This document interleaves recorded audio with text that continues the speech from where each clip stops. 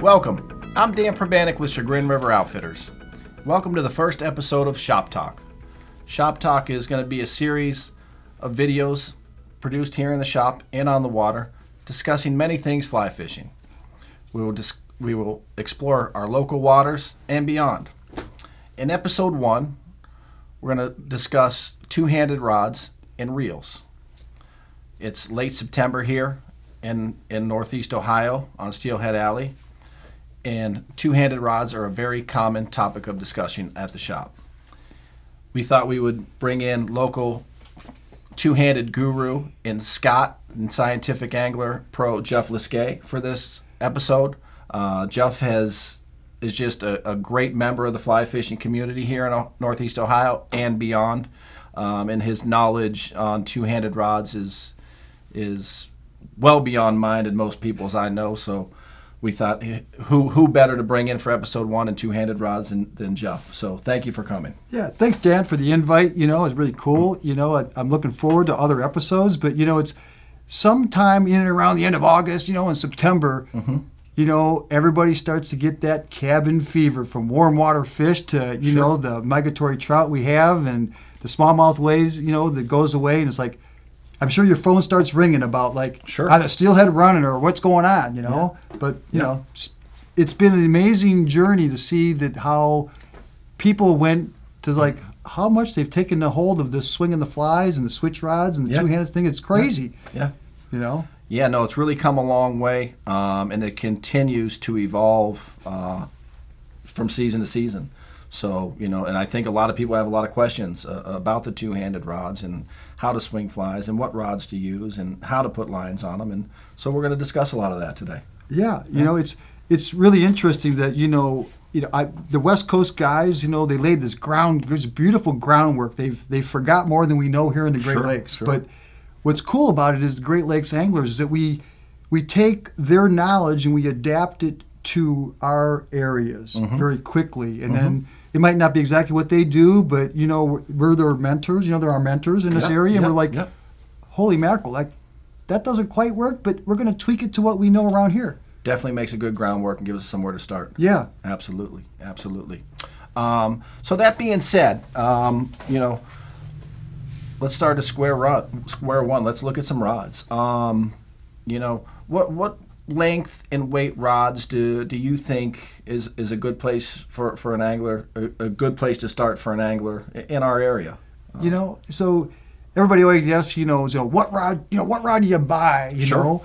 And they're like, I say, well, you need 3 rods. Okay. And they look at me like, what? It's like, yeah, you need 3 rods. But, I always say that pick your first rod on the venue that you fish the most. Fair enough. Which is our small runoff streams where we have these migratory trout that run up, they can get up to 30 inches. Oh, yeah. But generally speaking, in our area, I like about a 10.5 foot to a little under 12 foot rod. We have small streams. You don't need to cast a big distance. A 65-foot cast is a long cast. Yeah, absolutely. But so it's basically in that, single hand to, coin the word, switch rod. What is, switch rod? Bob Meisner coined the rod switch rod, the terminology. So that's sort of in the length that I like. And you can even use your single hand rod too. That's what's so cool about, spey fishing. And everybody thinks you need like a two-handed rod or these big rods, but you could just take your standard steelhead rod when you go out with a client or wherever you go out with and just still do spey casts and swing flies too. That's pretty cool. Absolutely. So, I started out, everybody was kind of fishing heavier and longer, and I started out with, I think, like a 10-8, 6, obviously, and that was the first rod I ever learned a two-hand cast on. So it was a little difficult, right? The shorter rods are a little more difficult to cast than the longer ones. That helped it that obviously helped me as I progressed to a little longer rod. But that being said, I still kind of like that kind of 10-6 to just under 12-foot length myself for this area. What's your kind of go-to rod for around here? It's obvious. I've been with Scott for quite a long time, and just because I like a rod that talks to you. Yeah. And that's one thing that I noticed that Scott does is that, you get a caster out that he starts to cast, and you need feedback from the rod. But, Yep. my go-to rods here are the 11-foot 5-weight, the 11-foot 6-weight. And that's where I started out. And then if you really need to deliver the mail, I might actually step up to an 11.5-foot 7-weight. Sure. It's not a castability. And people say, I need to cast far. That's what we do. We went, when you first cast, I'm going to cast over to the trees. But realistically, the fish live close to us. But Yes. think about all different aspects. But those are my three in the L2H series. It's a great series. It's a very affordable. But and I'm sure you sell all different brands of rods in the shops. Like what's your preferred? What seems to be the go-to around here in the shop? Yeah, absolutely. Well, the Scotts are high on the list. They make great rods and weights and lengths for our area. Obviously, I'm a big fan of the 6-weight myself. Like you said, I like that little softer action where I can feel the rod load and cast. And I also like the fish fighting ability of it. I like to feel the fish a little bit more, feel a little more connected to the fish. And it just kind of works for my cast and my tempo and what I like to do. I don't like to go real heavy with sink tips or real heavy with flies, and it delivers those for me really well. If I need to crank it up a little bit, I like the new Mission, the 7-weight, specifically the 11-foot 7-weight. If I need to put a little heavier tip on or fish a little more grain weight or a little bigger fly, I'm a fan of that rod as well. Yeah, absolutely, man. I mean, there is no bad rod. No, absolutely. There is no bad rod. What there is a bad rod to line combination. So I think it's really, really important to have a customer or anybody who's getting into it is to come into their local shop like yours. Yep. You have a water right across the street that Yep. you can cast these rods Yeah. and feel it, because you got to remember, this is when you cast a rod, it's an extension of your whole personality. For sure, absolutely. So everybody says fast rod, slow rod, whatever they have. Think about more or less like, if you're a really fast action rod, because your personality's wired up. A business, you're going like crazy, but if you're more relaxed, you might want that slower action rod, regardless of what brand it is, Scar or the Orvis or whatever, whatever it is, Sage. That's really important, is to come to your local shop, see what really works for you, try some lines out. Then when you go home, you feel really comfortable about, like, I made a great decision on this rod. No, I agree. I couldn't agree more. I'm a big fan of that kind of try before you buy thing because, let's face it, some of these rods, in real combos, you're spending a good bit of money on them, and you want to make sure you have the rod that fits your casting style and the area you're fishing and your personality.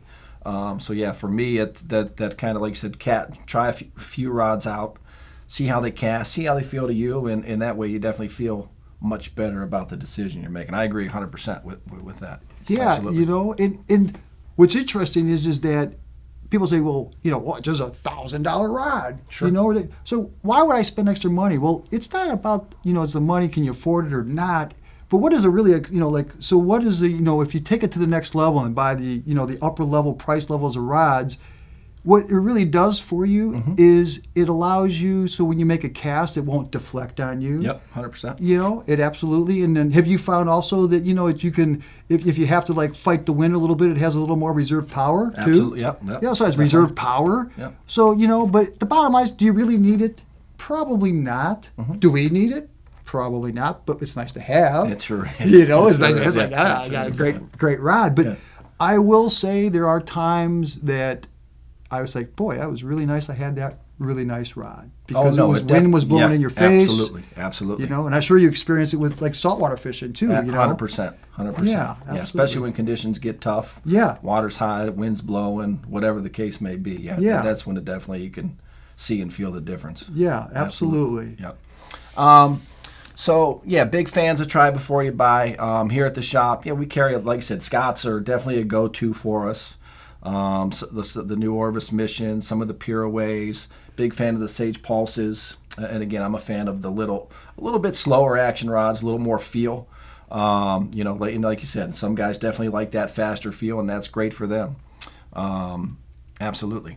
So, oftentimes there's a lot of confusion between guys are getting into the two-handed fishing, like, oh, okay, what weight do I need? What length do I need? And then they're like, okay, let's say, we're discussing here, okay, 11'7" weight, 11'6" weight, kind of that 10, maybe a 5 weight, that 10'6" to under 12 foot kind of area is a very good ballpark, I think. And then you kind of get to the lines. Like, okay, I got a 7 weight switch rod. And their head blows up. Let's get a 7 weight line and go fishing, right? Right. And that's not how it works, though, is it? No, it's not.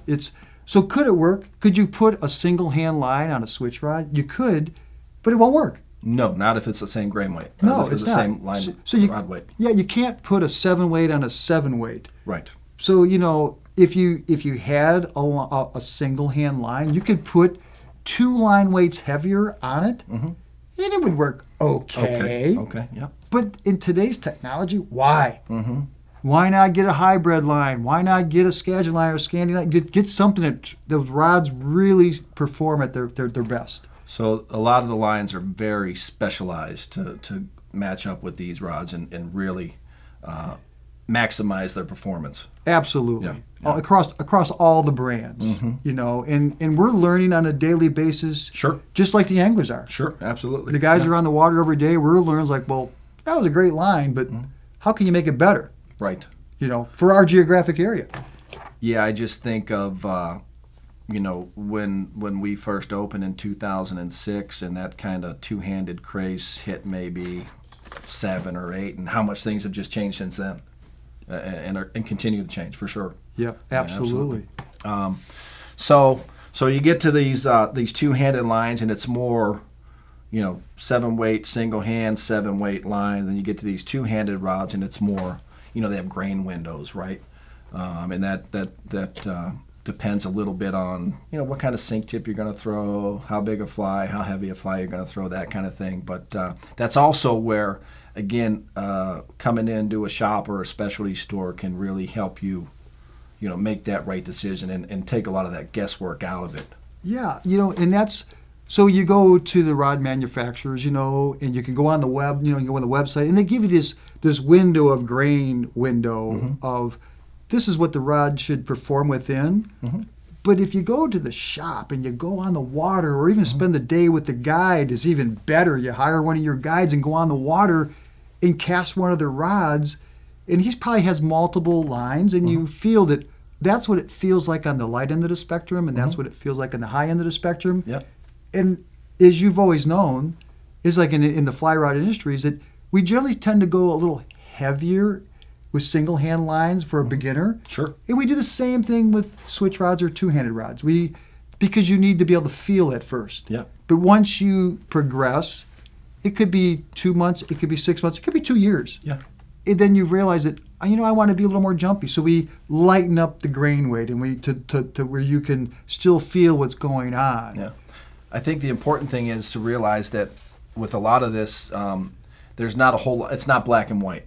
Oh, that's a lot perfect of gray analogy. A lot of gray area, right? And I think that's what's tricky for a lot of people getting into it. They're like, well, this says this, and this says that, and that says this. Which one's right? And it's like, well, they're all kind of right. They are. Which is like, oh boy, that's confusing. Right. And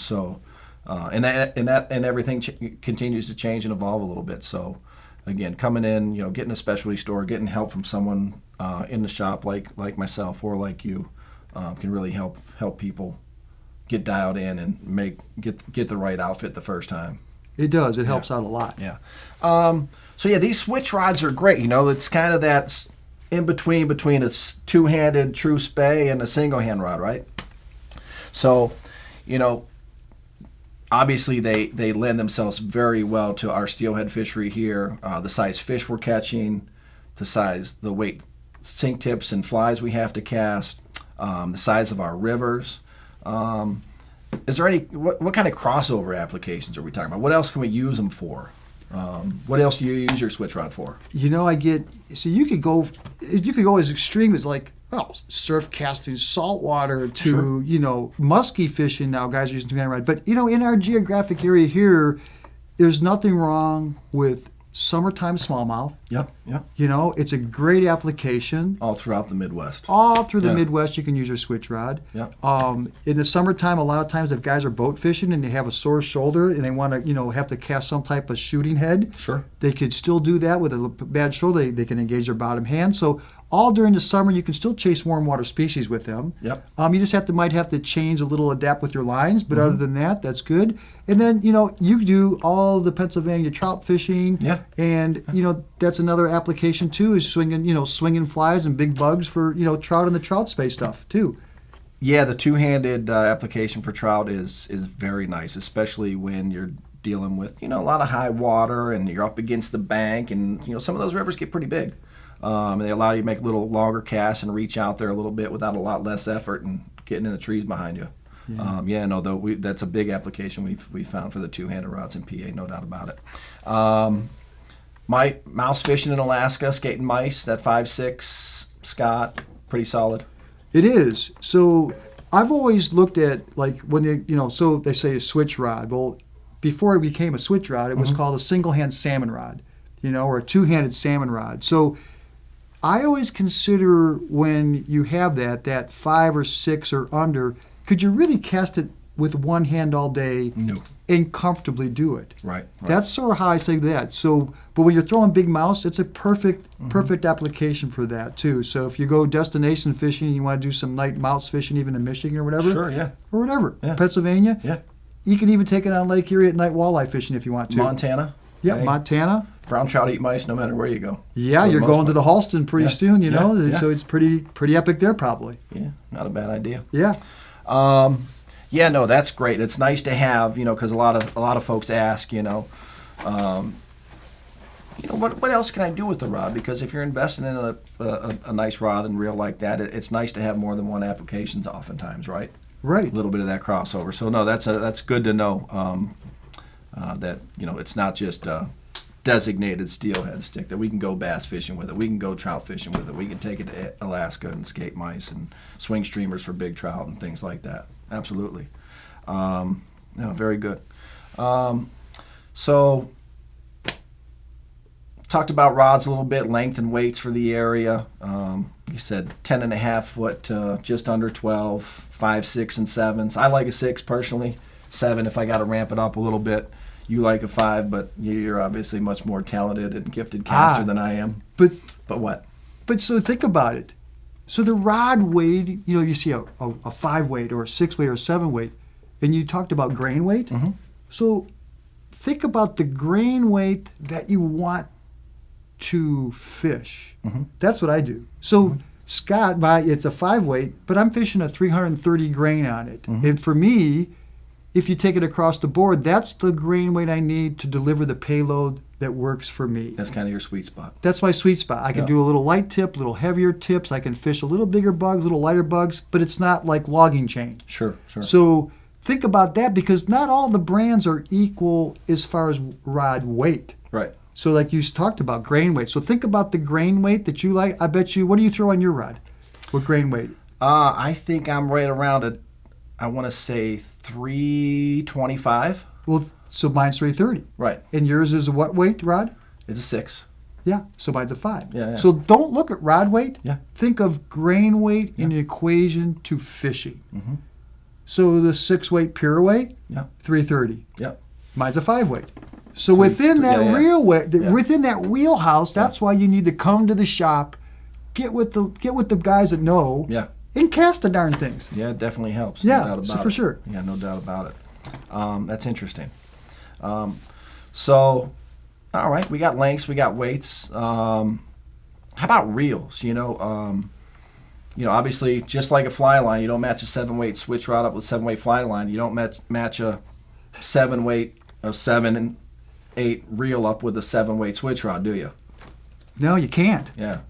Yeah. They're longer, a little heavier. Yeah, thicker at the butt. Yep, thicker at the butt. And that Skagit line, which is often what we're fishing around here, really eats up a lot of space on a reel. It does. Yeah. I can imagine you get a lot of customers that come in with their 7-weight single hand and say, Yeah. I'm ready to go, put the Skagit line on. You're like, well, you'll have like 0 backing. Yeah, it'll work for a minute, but it's like this big around, we might want to switch it up for you. So we have a nice selection of reels here.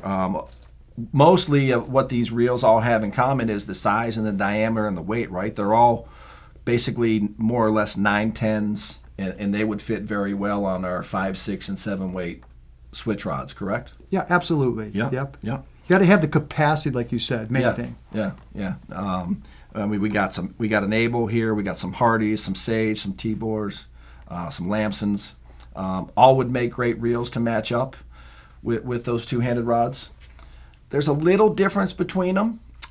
We have, this Sage reel here, kind of a full frame reel, meaning when you take the cage is fully enclosed here. So what happens a lot of times with those thin running lines, if you have a reel that doesn't have the full cage, let's see here, this one will probably come off easiest. Let me see. That line will get caught up in here a little bit. It's not a huge problem. It doesn't happen that often. For me, it's not a big deal, but some people are like, oh, I want that full cage, reel so the line doesn't get caught up. And obviously the reels with the full cage are going to be a little bit heavier, and they're usually designed a little wider as well to hold that extra Skagit head and those running lines and whatnot. But, I really don't have a preference either way. I just want the rod to balance well and have the capacity I need for the line I'm fishing. Do you have a preference either way?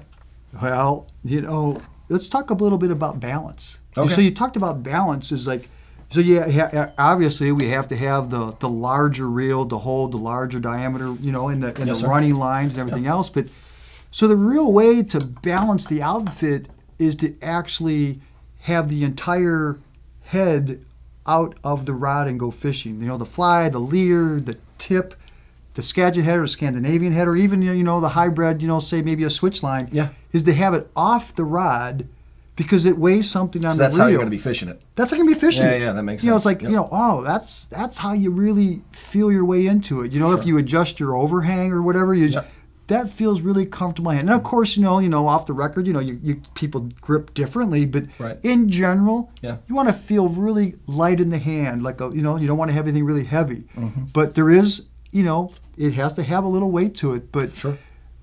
Seal drag, no seal drag, what's your thoughts on that? So I'm good either way. It's funny. Guys come in the shop a lot, especially when it's cold, and they're like, oh man, I was out fishing and my reel froze up. I'm like, huh, okay. I'm like, well, what happened? He's like, well, I was letting the fish go, or I was changing flies, and I set my reel in the water. I'm like, Bingo. oh man, what'd you do that for? Yeah. You know what I mean? So I think if you're careful on all but the coldest of days, I think you're fine either way. Personally, but I try and keep my reel out of the water, out of the snow, and everything as best I can. And to be honest with you, when it's real cold, I typically don't go fishing. Sissy. So I mean, I'm 28, sunny, and no wind. That's my limit. That's just 28. Me. 28. I lowered my standards to 25, and that's it. Really? Okay. As long as you got standards. But it got to go to 32. But keep your reel out of the water, right? That's number one. But yeah, seal drag versus non-sealed. I'm good either way. I have a riptide on one reel, on one rod, and that's not fully sealed, the older ones. And then I have a Hardy on another reel, and that one's not sealed either. And I've never had a problem. But again, I'm a little careful. If you find yourself maybe dipping your rod in the water a little more than you should and that kind of thing, or fishing in a lot of cold, maybe you want a fully sealed one. Or maybe a crossover to saltwater, maybe? Yeah. Oh, yeah, for sure. I mean, they definitely, I had this riptide for saltwater fishing long before I ever picked up a two-handed rod. It just, worked very well. Big enough diameter. I think it's like 9.2 ounces, something like that. So it balances those rods very well. So if you're lining a rod up in the shop, you probably would want it to be a little on the heavy end for balance because the line and everything's going to be on there already. Right. Okay, that makes sense. Yeah. Drag. Oh, well, pass me the vintage reel on the left-hand side. Oh, there you go. Yeah. Nice Able Classic Spey. Yeah, they don't make them anymore, but so everybody says like. Mm-hmm. Same people like, of course, it's like, well, what about a click and paw? Well, that's my favorite go-to. Do you need it? They do have some actually have a little bit of somewhat of a drag, but so the click and paw, is it cool? Yeah, it's cool. Is it trendy? Yeah, it's trendy. But I like it mainly because, you can feel the heartbeat of the fish. It's you and the fish. Sure. If the fish wants line, you can let it line, but I found out that, sometimes you're always playing with the drag systems. Even with the customer, you get nervous. Is the drag too tight? Right. Is that weird? But this is you and the fish. You feel the heartbeat. You can palm them. And then if you really want to, whip the fish out real fast and get it in because you feel like you're overplaying, you can bear down on it and then do it. But also, too, is I like to fish to the reel. And so basically, all I tell the customers is like, okay, listen, when you hear, that's when it's time to finally load up on the fish when you're fishing a swung fly. Sure. Otherwise, they're trout setting on you and stuff because they feel it and they got to go. Yeah. But I always say, wait till the click, and they take a little line, and then we go. Yeah. But it's cool. Try it, though. Yeah, no, I have, like I said, I have the two extremes. I have a Riptide, which is, obviously saltwater, tried, true, and proven, and lots of world records of, wonderful drag system. And then I have an old Hardy, which can't beat that. Zero. So I'm two different extremes. To be honest with you, I kind of prefer a little bit of drag. I like just a little bit. I do. I can enjoy the fight a little better if I'm not super worried about doing all this. And half the time my hands are frozen.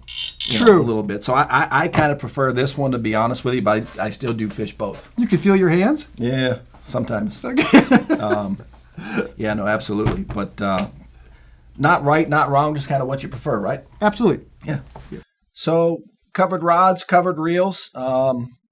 Next couple episodes, we'll dive into line, Skagit, Scandi, sink tips, leaders, things like that. But for episode 1, I think we covered all the bases we needed to cover. And just thanks for coming out. And it really is a big help to have somebody with your expertise here to help drag along my lack of expertise on this subject. So I do the best I can, but you're obviously the head and shoulders above everybody else in the area. So we're lucky to have you. So thank you.